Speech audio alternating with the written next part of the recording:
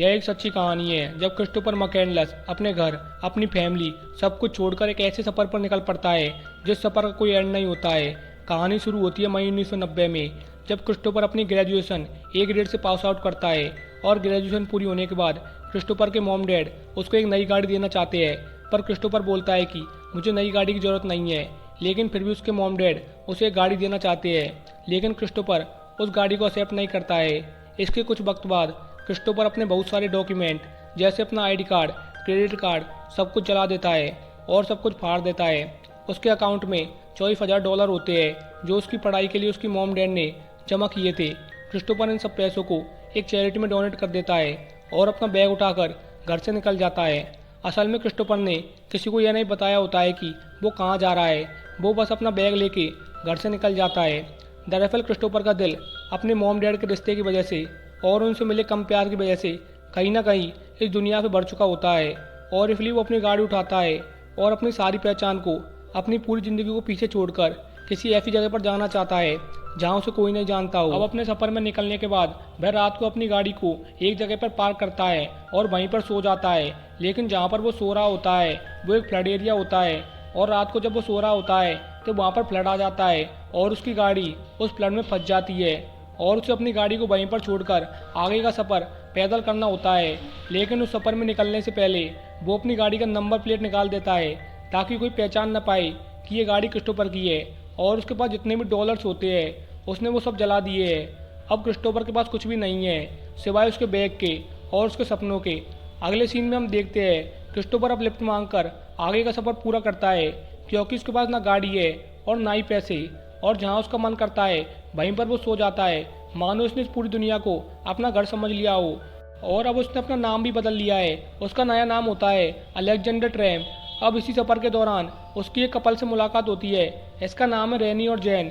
ये क्रिस्टोफर, जो कि अब अलेक्जेंडर बन चुका है, उसे अपनी गाड़ी में लिफ्ट देते हैं। अब एक जगह ये खाना खा रहे होते हैं, तब जैन उसे बोलती है कि हम भी तुम्हारी तरह है, बस फ़र्क यह है कि तुम पैदल सफ़र करते हो और हम गाड़ी में।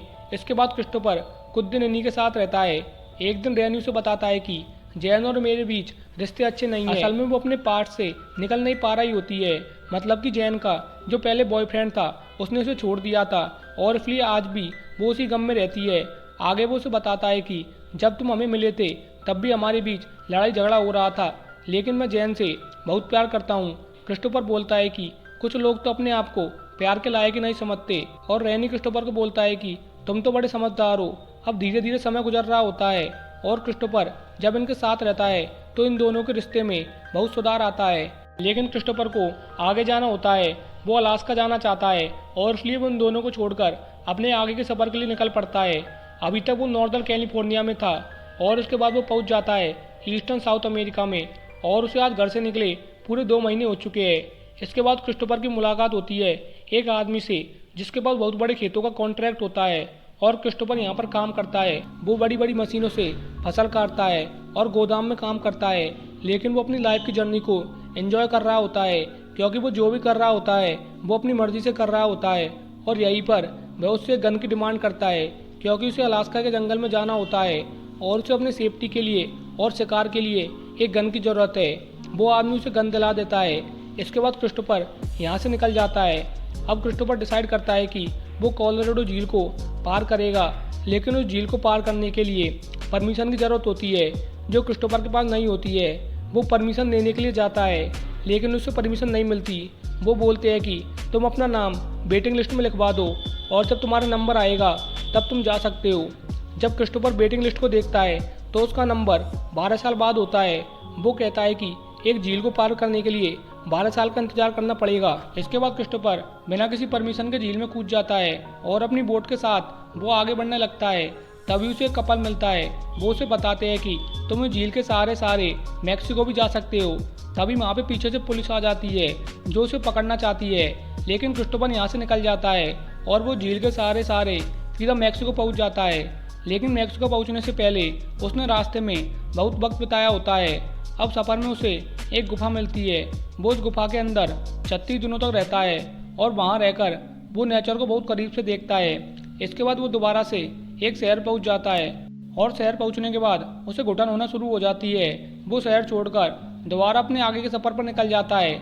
इस बार वह ज़्यादा से ज़्यादा ट्रेनों में ट्रैवल करता है, लेकिन उसके पास पैसे नहीं होते हैं, इसलिए वह मालगाड़ी का सहारा लेता है। लेकिन एक बार रेलवे पुलिस उसे पकड़ लेती है और बहुत मारती है। इसके बाद क्रिस्टोफर दोबारा से लिफ्ट मांगना शुरू कर देता है और अब वो आगे का सफ़र तय करने के लिए एक सिटी में पहुंच जाता है और यहाँ पर उसकी मुलाकात होती है जैन और रैनी से। यह वही कपल होता है जो उसे घर से निकलने के बाद पहली बार मिला था। क्रिस्टोफर की एक और लड़की से मुलाकात होती है। इस लड़की का नाम होता है ट्रेसी और ट्रेसी क्रिस्टोफर को बहुत पसंद करती है, लेकिन क्रिस्टोफर उस पर ज़्यादा इंटरेस्ट नहीं दिखाता है, जिसकी दो वजह होती है। एक तो उसकी एज बहुत कम होती है और दूसरा क्रिस्टोफर को अपने आगे के सफ़र पर निकलना है, मतलब कि उसे अलास्का जाना है और यही उसका मेन गोल है।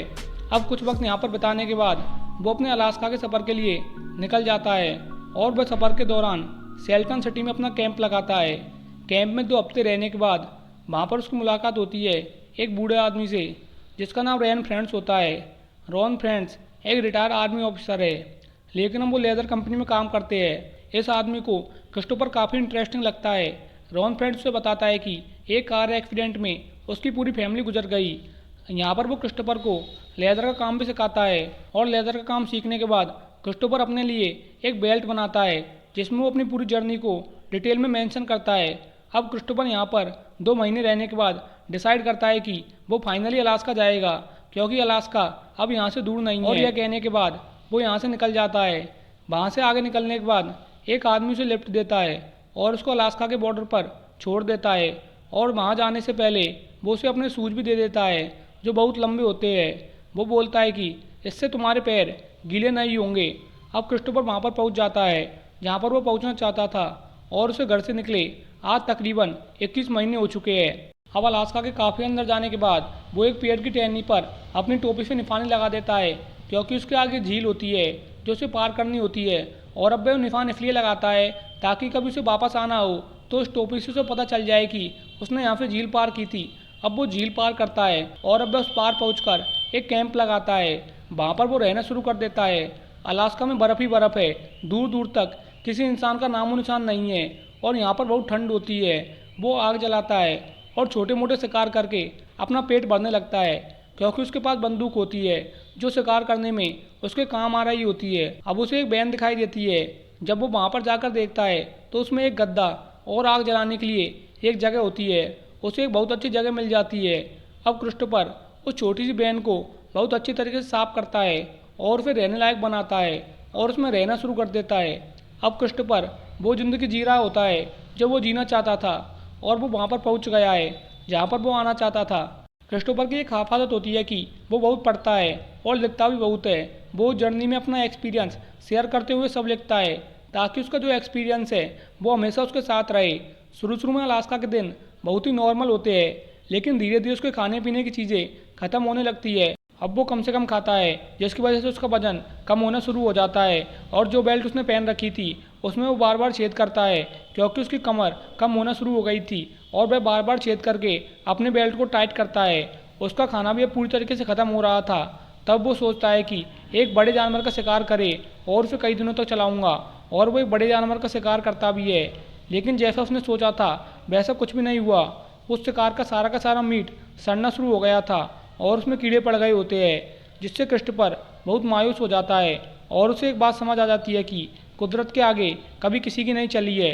अब जब क्रिस्टोफर कुछ हफ्ते यहाँ पर रह लेता है तो उसे एहसास होता है कि खुशियाँ सिर्फ अपने लोगों और अपनी फैमिली के साथ ही है।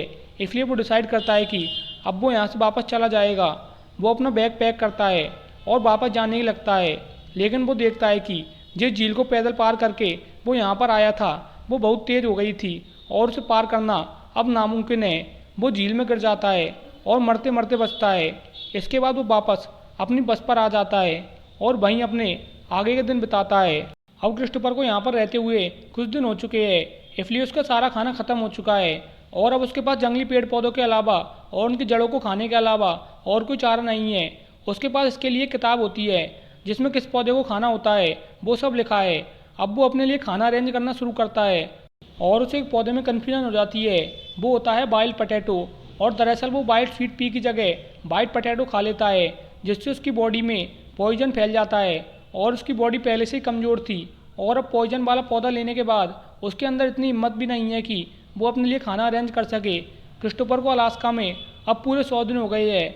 वह जो चाहता था वो उसने कर लिया, लेकिन अब वह बहुत कमज़ोर है और पॉइजन की वजह से वो धीरे धीरे मर रहा है। और वो अपनी ज़िंदगी के आखिरी दिनों में एक थॉट लिखता है, happiness only real one shared. और जब क्रिस्टोफर को एहसास होता है कि ये उसकी ज़िंदगी का आखिरी वक्त है, तो वो अपने स्लीपिंग बैग के अंदर लेट जाता है और उस दुनिया के लिए एक नोट लिख जाता है जिसमें लिखा होता है कि I have had a happy life and thank the Lord, goodbye and may God bless all. और 6 सितंबर 1992 में क्रिस्टोफर की मौत हो जाती है। इस कहानी में हमें यह सीखने को मिलता है कि ज़िंदगी हमें अपनी मर्ज़ी से तो जीना चाहिए, लेकिन अपनों के बिना ज़िंदगी नहीं होती।